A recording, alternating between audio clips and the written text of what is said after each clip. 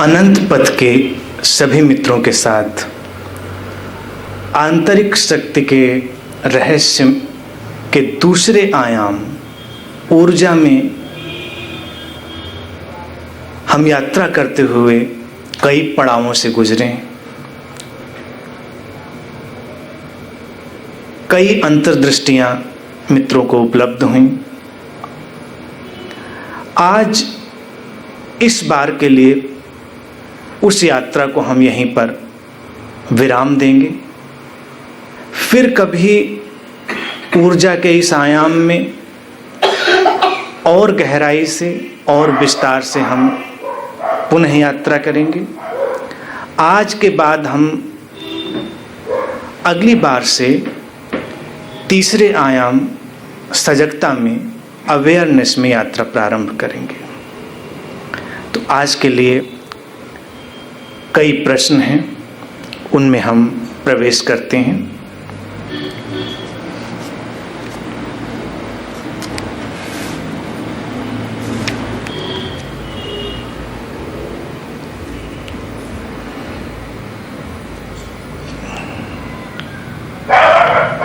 एक मित्र ने लिखा है,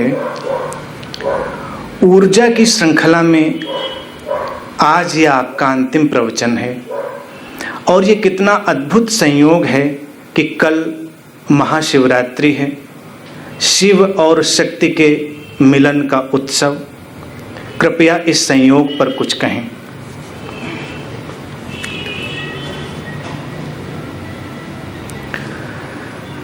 अस्तित्व रहस्यमय है। उस रहस्य में तुम जितना भी प्रवेश करते जाओगे, रहस्य फिर भी रहस्य ही बना रहेगा। संबुद्ध मित्रों के साथ अस्तित्व लयबद्ध हो जाता है। वो जो कहना चाहते हैं, उनके माध्यम से अस्तित्व जो संदेश लाना चाहता है, उसमें पूरा अस्तित्व की सारी घटनाएं सम्मिलित हो जाती। अब तुमने लिखा है कल महाशिवरात्रि है, ये अद्भुत संयोग है। सचमुच में आज हम इस ऊर्जा के प्रवचन को समाप्त करेंगे और महाशिवरात्रि का उत्सव प्रतीक है शिव और शक्ति के मिलन का।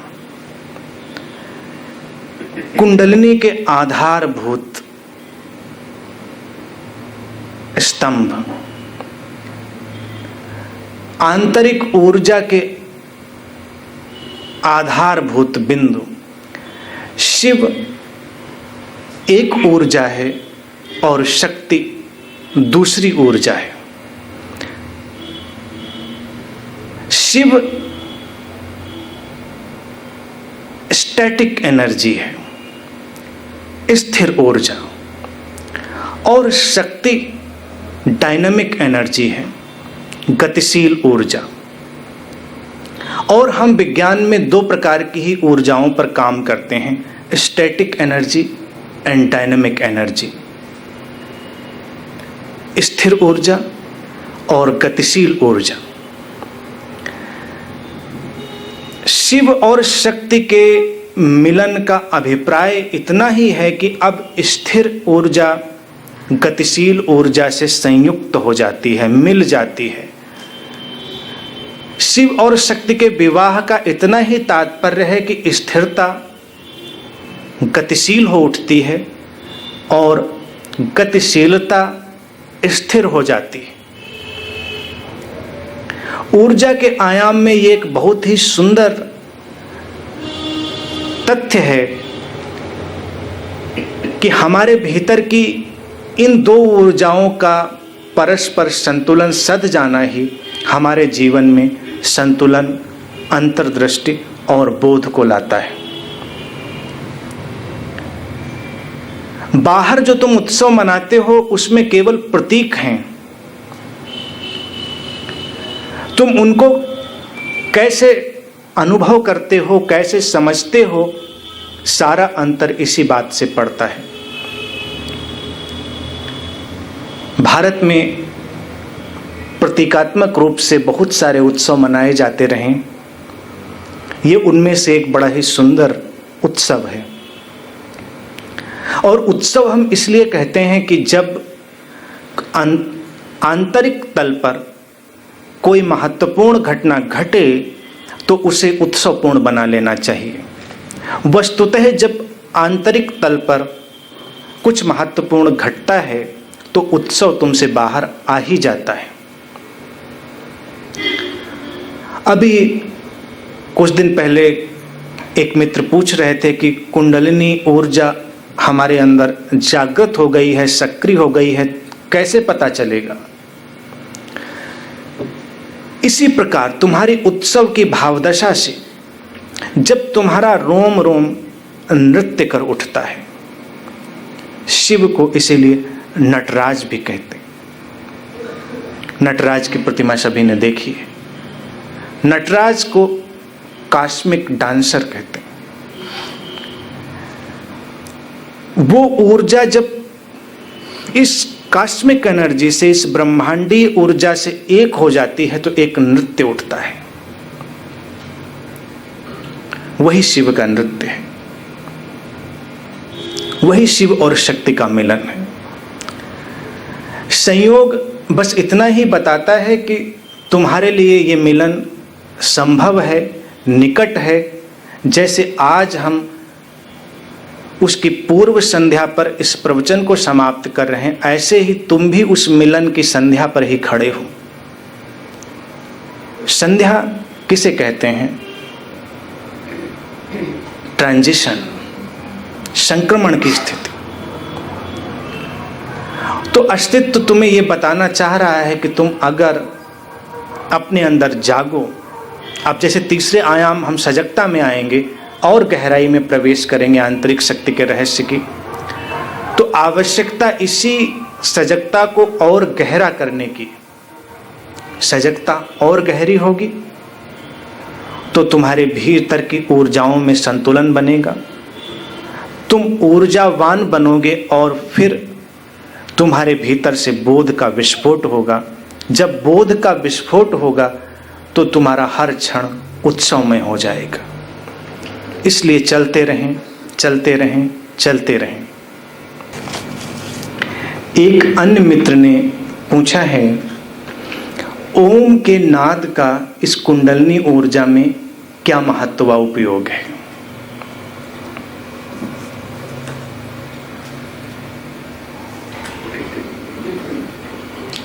ओम का नाद बहुत ही सुंदर और महत्वपूर्ण है।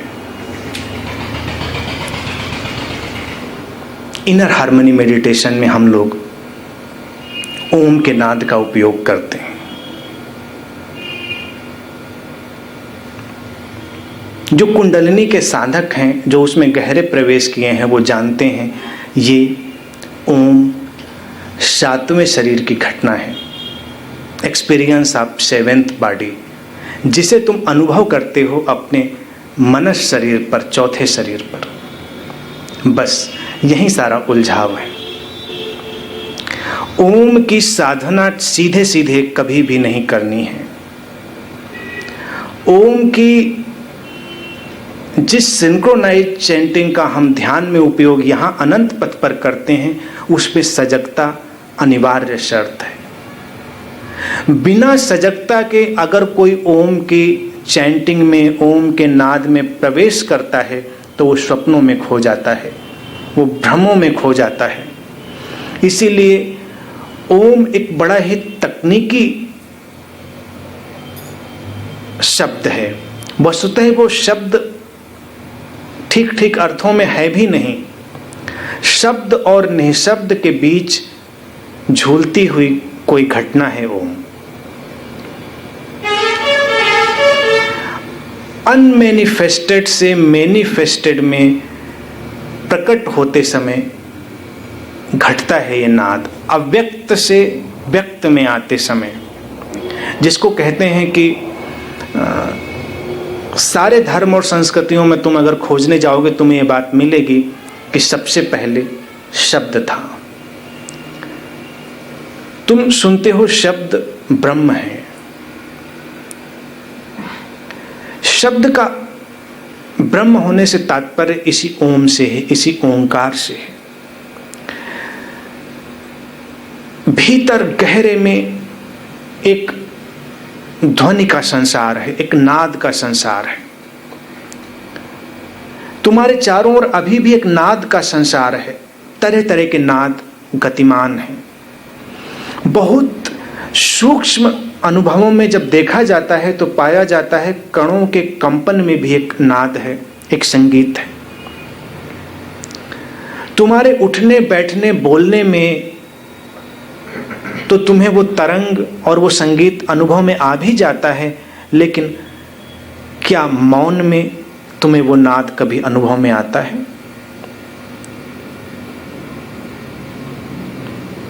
मौन को अगर ना भी अनुभव कर पाओ तो सन्नाटे को तो सभी ने कभी न कभी अनुभव किया ही होगा। अगर तुम ठीक ठीक सन्नाटे वाली जगह पर पहुंच जाओ तो उस सन्नाटे की भी एक आवाज होती। कहते हैं सन्नाटा भी बोलता है, सन्नाटे की भी एक भाषा होती है, वो खाली नहीं है। शून्य की भी एक ध्वनि है। ओम इसी शून्य से उठती हुई एक सूक्ष्म ध्वनि है, जिसे चौथे शरीर को उपलब्ध हो रहा साधक बहुत मध्यम स्वर में सुनता है। वो केवल उसे सुनता है, उसकी प्रतीति करता है, और ये अनुभव बड़ा ही आनंद से भरा होता है, बहुत ही आनंददायी अनुभव होता है। यहाँ पर सबसे महत्वपूर्ण साधना का जो विषय घटता है वो ये है कि अगर तुम उस सूक्ष्म नाद में जागे रहे तो फिर तुम्हें और कुछ नहीं करना होगा, तुम और गहरे धीरे धीरे प्रवेश कर जाओगे। लेकिन अगर तुम जागे हुए नहीं रह पाए तो तुम यहीं पर अपने स्वप्न जगत में खो जाओगे। ओम में 3 ध्वनियां शामिल होती हैं, आ, उ और मा।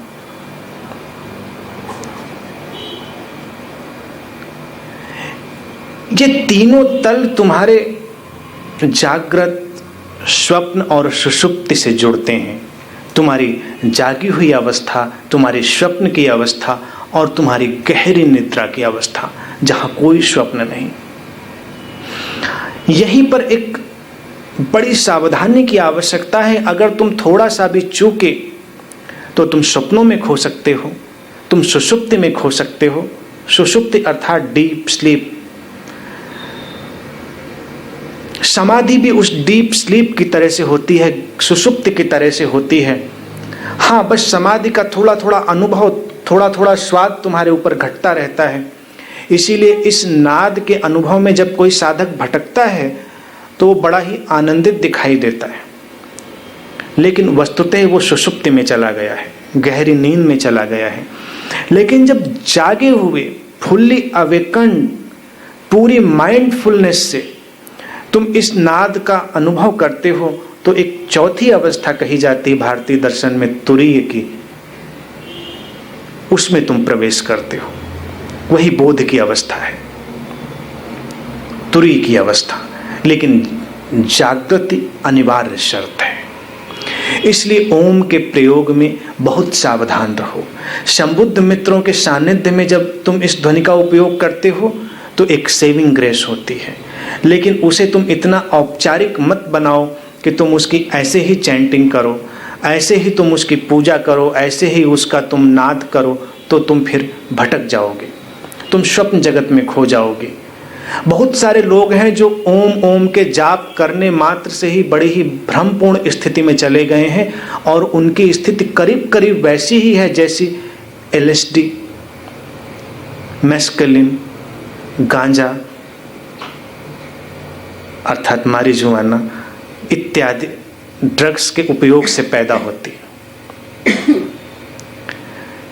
इसीलिए कई संप्रदाय ऐसे भी चल पड़े जहाँ पर इन नशीले पदार्थों के उपयोग की आवश्यकता उन्हें प्रतीत होने लगी। भारत में भी तुम साधुओं को इन सारी चीज़ों का उपयोग करते हुए देख सकते हो। जो परंपरागत साधु हैं, तुम देखोगे ये क्यों इन सब चीज़ों का उपयोग करें। अभी कल शिवरात्रि आ रही ना, अभी तुमने पूछा था कल कितना भांग का उपयोग किया जाएगा, और कुछ लोगों को लगेगा कि हाँ, शंकर जी के ऊपर तो भांग का प्रसाद चढ़ाना अनिवार्य है। भांग का प्रतीक क्यों वहां पर जोड़ लिया गया? खतरे से सावधान करने के लिए। भांग का प्रयोग अगर तुम कभी करोगे तो तुम देखोगे तुम कैसे हाइपर सेंसिटिव हो जाते हो, तुम्हारी इमेजिनेशन कैसी बढ़ जाती है, तुम कैसे देवा स्वप्नों में खो जाते हो। अगर किसी ने उपयोग किया होगा तो वो इसे जानता होगा। ओम के भी दुरुपयोग से वही स्थिति पैदा हो जाती है जो इस किसी प्रकार के नशे से पैदा होती। तो जो लोग, अब देखो शंकर जी के साधक, अब शिव के साथ भारत में ओम को बड़े ही मौलिक रूप से जोड़ दिया गया। ओम को जोड़ने का तात्पर्य था मौलिक ऊर्जा से जोड़ने का संकेत, unification of static energy and dynamic energy, yin और यांग का मिलन, स्त्री पुरुष ऊर्जा का संतुलन। लेकिन यहीं पर अगर ऊर्जा का भटकाव होता है तो वही स्थितियां पैदा होती हैं जो भांग, मारिजुआना, एलएसडी जैसे नशों से पैदा होती। तो ये एक प्रतीक था कि जब तुम ओम की साधना में प्रयोग कर रहे हो तो तुम सावधान रहो, क्योंकि ऐसे ही नशीले पदार्थों वाली स्थितियां तुम्हारे अंदर पैदा हो सकती हैं। तो बहुत सारे साधु और बहुत सारे संप्रदाय इसी में खोकर रह गए। कुछ इन नशीले पदार्थों के उपयोग में खोकर रह गए और कुछ दिवा स्वप्नों में खोकर रह गए। किसी को कृष्ण के दर्शन हो रहे हैं तो किसी को शिव के दर्शन हो रहे हैं, तो किसी को पार्वती के दर्शन हो रहे हैं, तो किसी को किसी के दर्शन हो रहे हैं। उसके बाद, दर्शन के बाद वो व्यक्ति कैसा है? सामान्य, सारी वासनाओं और सारी क्षुद्रताओं से भरा हुआ। तो फिर हैरानी होती है कि तुम कैसे अनुभव से गुजरे थे। तो नशे में भी क्या होता है, तुम अचानक एक ऊंचाई लेते हो फिर नीचे आते हो, और ऊंचाई से नीचे गिरते हो तो कई बार ज्यादा झटका लगता है। ड्रग्स में लो कट होता है। जब ड्रग्स का कोई व्यक्ति प्रयोग करता है तो पहले वो हाई कट पे जाता है और जब गिरता है तो लो कट पे चला जाता है, फिर एक गहरा विषाद, गहरा डिप्रेशन उसे पकड़ता है। तो जो साधु संत संप्रदाय ओम के इस सूक्ष्म नाद का उपयोग सोए सोए करते रहे, वो उसी हाई और लो कट में खोकर रह गए। इसीलिए उन्हें एक बेचैनी रहती थी कि मुझे जाप का उपयोग करना है। वो जाप को बंद नहीं कर सकते, क्योंकि बंद करेंगे तो स्वप्न खो जाएगा। स्वप्न चलता रहे तो जाप जरूरी है। ओम से मिलते जुलते बहुत सारे और जाप भी आविष्कृत हुए, तुम उनका उपयोग कर सकते हो। ध्यान किसी भी जप से विपरीत है, वो परिपूर्ण सजगता, परिपूर्ण जागरूकता है। कुंडलनी ऊर्जा भी परिपूर्ण जागरूकता है। इसीलिए पिछली बार मैंने कहा था कुंडलनी का प्रतीक सर्प से जोड़ा गया। सर्प, वो भी खतरनाक सर्प, जैसे शिव के गले में तुम कोबरा देखते हो, काला नाग। कृष्ण के प्रतीक में तुम देखते हो वो यमुना में उस कालिया नाग के ऊपर नृत्य कर रहे हैं, वो जो बड़ा खतरनाक सर्प था। फिर तुम एक प्रतीक और देखते हो, विष्णु शेष शैया पर सोए हुए हैं जिसके हजारों फन हैं, खतरनाक सा विष है उसमें, तुम सोए तो तुम्हें मार देगा। कुंडलनी ऊर्जा के जागरण में भी बहुत अनुभव घट सकते हैं, लेकिन अगर तुम सो गए, जैसे अब हम सजगता के आयाम में इसीलिए प्रवेश करेंगे। इसीलिए आंतरिक शक्ति के 3 विभाजन मैंने किए थे। तीसरा सबसे महत्वपूर्ण आयाम सजगता का ही है। अगर वो सजगता खोई तो जैसे सर्प का विष, कोबरा का तुम्हें समाप्त कर देता है, ऐसे ही ऊर्जा का भटकाव भी तुम्हें समाप्त कर देता है। तो बहुत ही जागरूक रहना है, उसका जाग कर उपयोग करना है। और एक बात और अपने अंदर ध्यान ले लें, साधना का एकमात्र अर्थ है परिपूर्ण जागरण, कंप्लीट अवेकनिंग, टोटल अवेयरनेस, बस। और इन आधारों पर अगर तुम यात्रा करते हो तो फिर भटकाव कहीं नहीं। एक अन्य मित्र ने पूछा है, विचार पर बोलते हुए आपने कहा था कि विचार से एक ऊर्जा उत्पन्न होती है जो अन्य वैसे ही विचारों को आकर्षित करती है, और ऊर्जा पर बोलते हुए आपने कहा कि ऊर्जा से विचार का जन्म होता है। कृपया इसे स्पष्ट करने की कृपा करें। पहले मैंने तुमसे कहा कि विचार की एक अपनी ऊर्जा होती है। ऊर्जा पर तुम सुनते हो कि ऊर्जा से विचार का जन्म होता है। मूलतः ऊर्जा से ही विचार का जन्म होता है। ऊर्जा प्राथमिक है, प्रिलिमिनरी है। फिर जब इस ऊर्जा से विचार का जन्म हो जाता है तो विचार की अपनी एक अलग सत्ता बन जाती है, विचार की अपनी एक अलग आइडेंटिटी पैदा हो जाती है।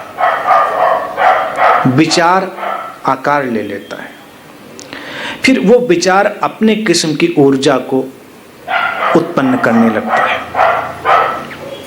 ये पूरी वैज्ञानिक प्रक्रिया है। ऊर्जा से विचार का जन्म,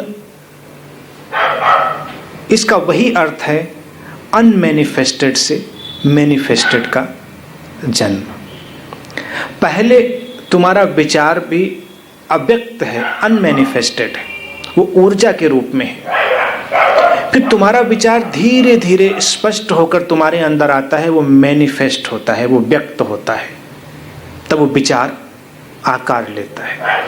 एक बार जब विचार आकार ले लेता है तो फिर उस विचार की भी अपनी एक यात्रा प्रारंभ हो जाती है।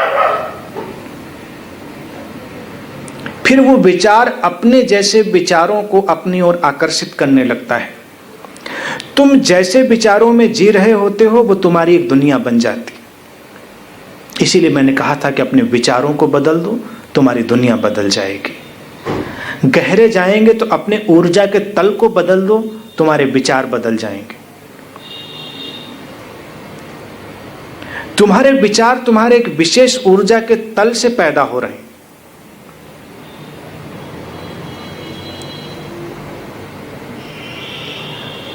ऊर्जा एक ऐसी घटना है जिसे तुम हमेशा अनुभव करते हो, लेकिन कभी उसे सजग होकर शायद पकड़ नहीं पाते। जैसे तुम देखो कि तुम्हारे भीतर कभी कभी एक एहसास गुजरता है जिसे तुम शब्द नहीं दे पाते।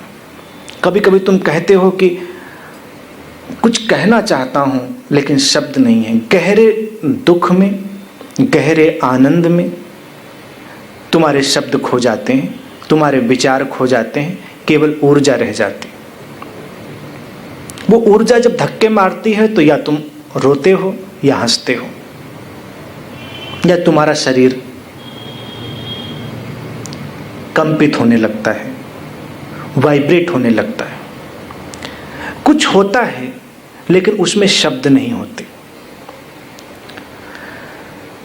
लेकिन वो अवस्था बड़ी शक्तिशाली होती है।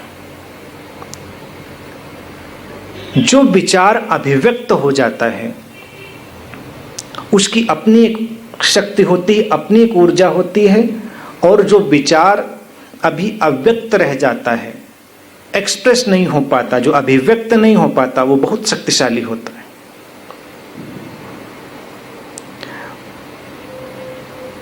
जैसे तुम अगर परमाणु ऊर्जा पर थोड़ा सा चिंतन करो तुम्हें बात समझ में आएगी।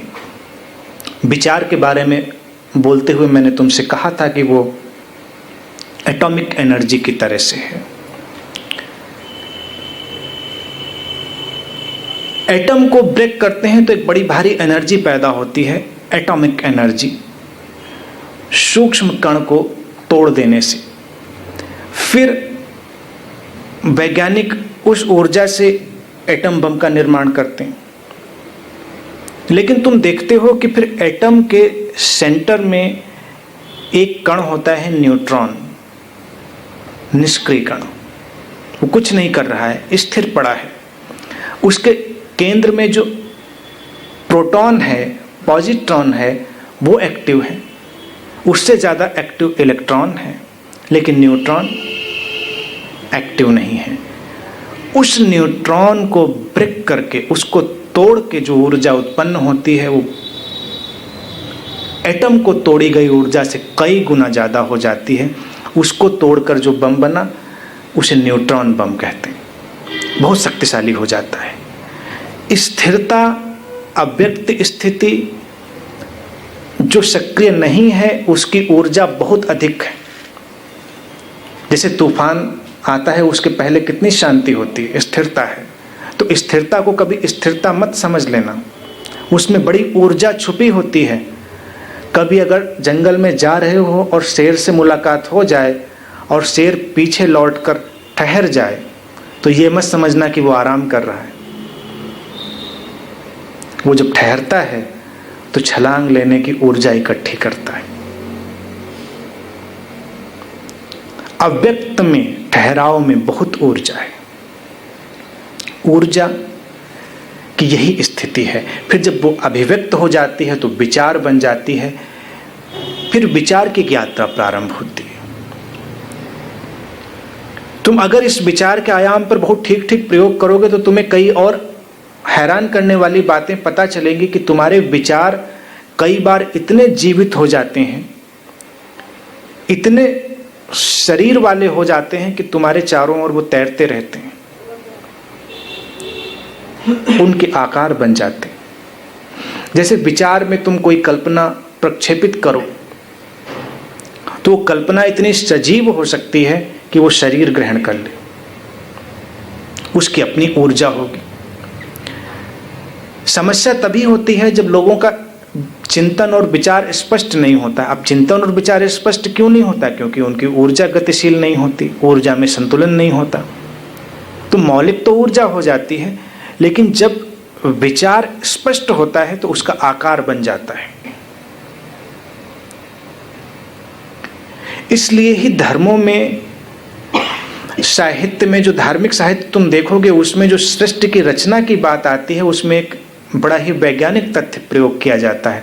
हालांकि उसके आगे जितनी बातें हैं वो बड़ी फैंटेसी वाली हैं, लेकिन फैंटेसी और रियलिटी का कॉम्बिनेशन होते हैं तुम्हारे शास्त्र। जिसको तुम्हें इस प्रकार उपयोग करना होता है, रियलिटी का उपयोग कर लो, फैंटेसी को छोड़ दो।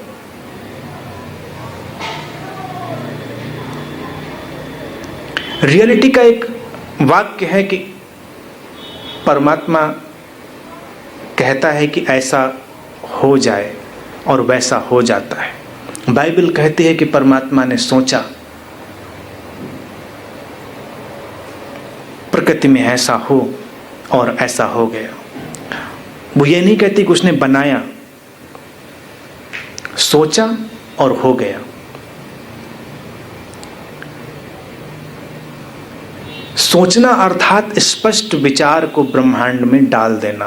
वो विचार अपनी ऊर्जा से जीवित हो जाता है, आकार ले लेता है। परमात्मा ने सोचा, हो गया। यहां पर एक और साइंटिफिक सूत्र था कि परमात्मा जिसे तुम्हारे शास्त्र कह रहे होते हैं वो अनलिमिटेड, अनमैनिफेस्टेड एनर्जी होती है, अव्यक्त ऊर्जा, यानी कोई कहीं बैठा हुआ है।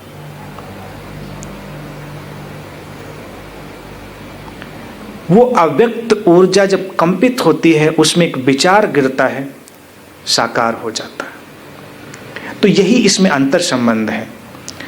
तुम जब गहरे जा रहे हो तो तुम्हें अपनी गहराई पर ही काम करना है। हम बाहर से भीतर यात्रा कर रहे हैं। तो पहले मैंने चाहा कि तुम विचार को समझो, उस पर काम करो, अगर वहां तक तुम कर लोगे तो उतना भी काफी होगा। अगर तुम उतना करके आगे बढ़े और अपनी ऊर्जा पर काम कर पाए तो और गहरा रूपांतरण होगा। अब जब ऊर्जा से हम सजगता की ओर आएंगे, अवेयरनेस की ओर, तुम उसको पूरा का पूरा समझ पाए, उसे उपयोग में ला पाए, तो पूरा का पूरा ही रूपांतरण होगा। फिर जब तुम उस थर्ड डायमेंशन को समझ लोगे तो तुम्हारे लिए फोर्थ डायमेंशन ऐसे ही उपलब्ध हो जाएगा, और उसमें ये तीनों चीजें एक नृत्य में होंगी, विचार, ऊर्जा और सजगता। तंत्र में एक त्रिकोण का उपयोग करते हैं।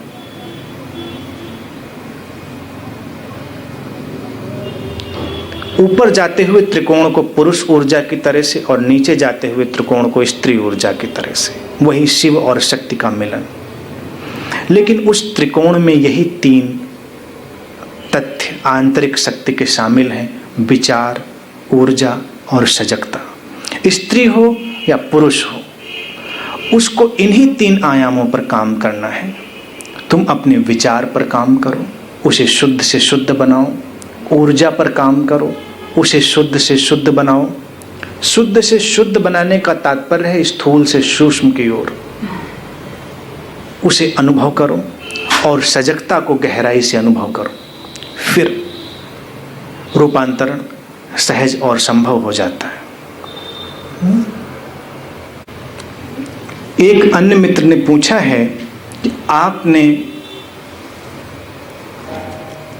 अनंत पथ के मित्र पुस्तक में लिखा है, अगर हमें ब्रह्मचर्य की ऊंचाई को स्पर्श करना है तो हमें काम वासना की गहराई में भी प्रवेश करना होता है। जितना ऊंचा शिखर उतनी गहरी घाटी हमें दिखाई देने लगती है। इस ऊर्जा की यात्रा में काम ऊर्जा ही हमारी बेसिक ऊर्जा है, मौलिक ऊर्जा है, और इसके प्रति ही हमें निंदा से भर दिया गया है। कृपया इस पर कुछ कहने की कृपा करें।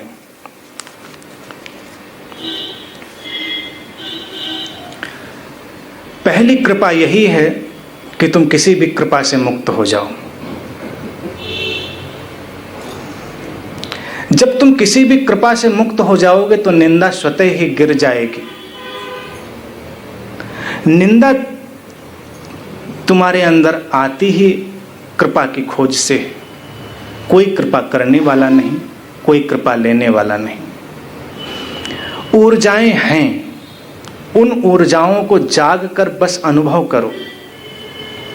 न भोग न दमन, केवल जागरण। समझो बात को।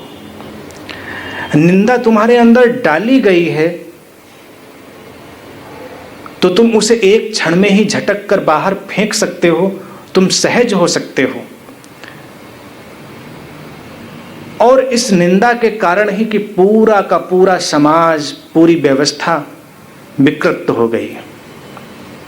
आज हालत यह है कि हर व्यक्ति केवल काम वासना से ही भरा हुआ है और हर व्यक्ति उसकी निंदा से ही भरा हुआ है।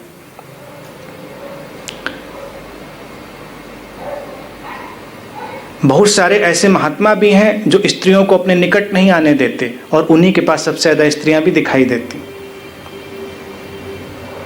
स्त्रियों को बहुत सारे महात्मा अपने पैर भी नहीं छूने देते, इतने डरे हुए हैं अपनी काम वासना से। और स्त्रियां ऐसी हैं कि वो उन्हीं के आसपास ज्यादा इकट्ठी होती, विपरीत आकर्षित करता है। लेकिन इसमें ही तो तुम्हारी निंदा हो रही है। कोई व्यक्ति तुम्हें अगर इस प्रकार निंदित करता है तो उसे अस्वीकार कर दो, चाहे कितना बड़ा संत हो, समाज में उसका कितना भी बड़ा नाम हो। अगर वो तुम्हें तिरस्कृत करता है, तुम्हें दोयम दर्जे का बनाता है, सेकेंडरी बनाता है, तो उस व्यक्ति को इनकार कर दो। फिर निंदा गिरती है। निंदा से ही तुम्हारा शोषण संभव है।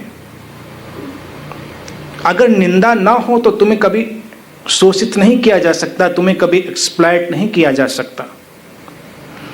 और फिर निंदा में एक चालाकी है, क्योंकि कुंडलिनी ऊर्जा की जो मैंने बात की थी उसमें मैंने तुम्हें कहा था कि दूसरे शरीर पर तुम्हारे दूसरे चक्र की यात्रा पर तुम सहज ही इस ऊर्जा से आमने सामने होते हो।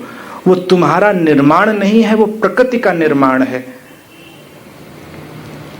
तो फिर तुम मुश्किल में पड़ जाते हो जब कोई धर्म ग्रंथ, कोई महात्मा तुमसे कहता है कि इस ऊर्जा को अपने अंदर से निकाल फेंको। तुम्हें लगता है कि शायद जो कह रहे हैं इन्होंने तो निकाल दिया होगा, हम ही नहीं निकाल पा रहे हैं। तुम निंदा से भर जाते हो।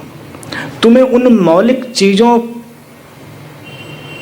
पर निंदित कर दिया जाता है जिनसे तुम बच नहीं सकते और तुम्हारा मनोबल गिर जाता है।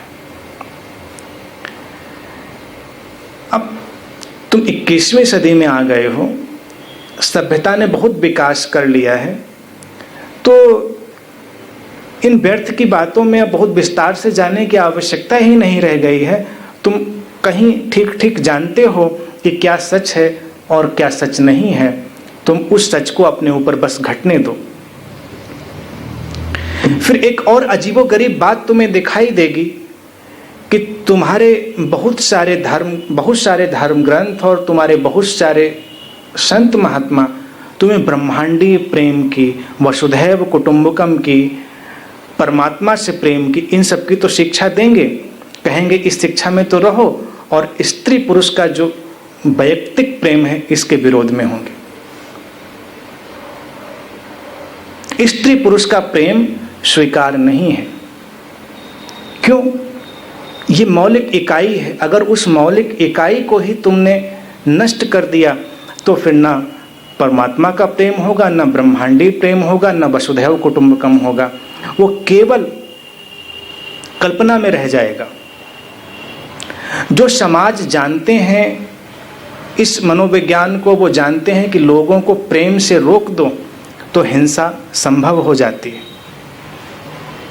अगर लोग आपस में प्रेम से भरेंगे, स्त्री ऊर्जा और पुरुष ऊर्जा एक सम्यकत्व में आएगी, कंप्लीट बैलेंस में आएगी, तो समाज से हिंसा विदा हो जाएगी। तो इकाई पर सबसे पहला प्रयोग, अपने अंदर उतरो, अपने अंदर के सहज तथ्यों का सम्मान करो। तुम जैसे हो अपने को वैसा पूरा का पूरा स्वीकारो। मनुष्य पशु से परमात्मा तक फैली हुई यात्रा है। तुम अपने परमात्मा से भी प्रेम करो और अपने पशु से भी प्रेम करो। जब तुम अपने पशु और परमात्मा से एक साथ प्रेम कर लोगे, तुम्हारे भीतर की पाशविकता गिर जाएगी।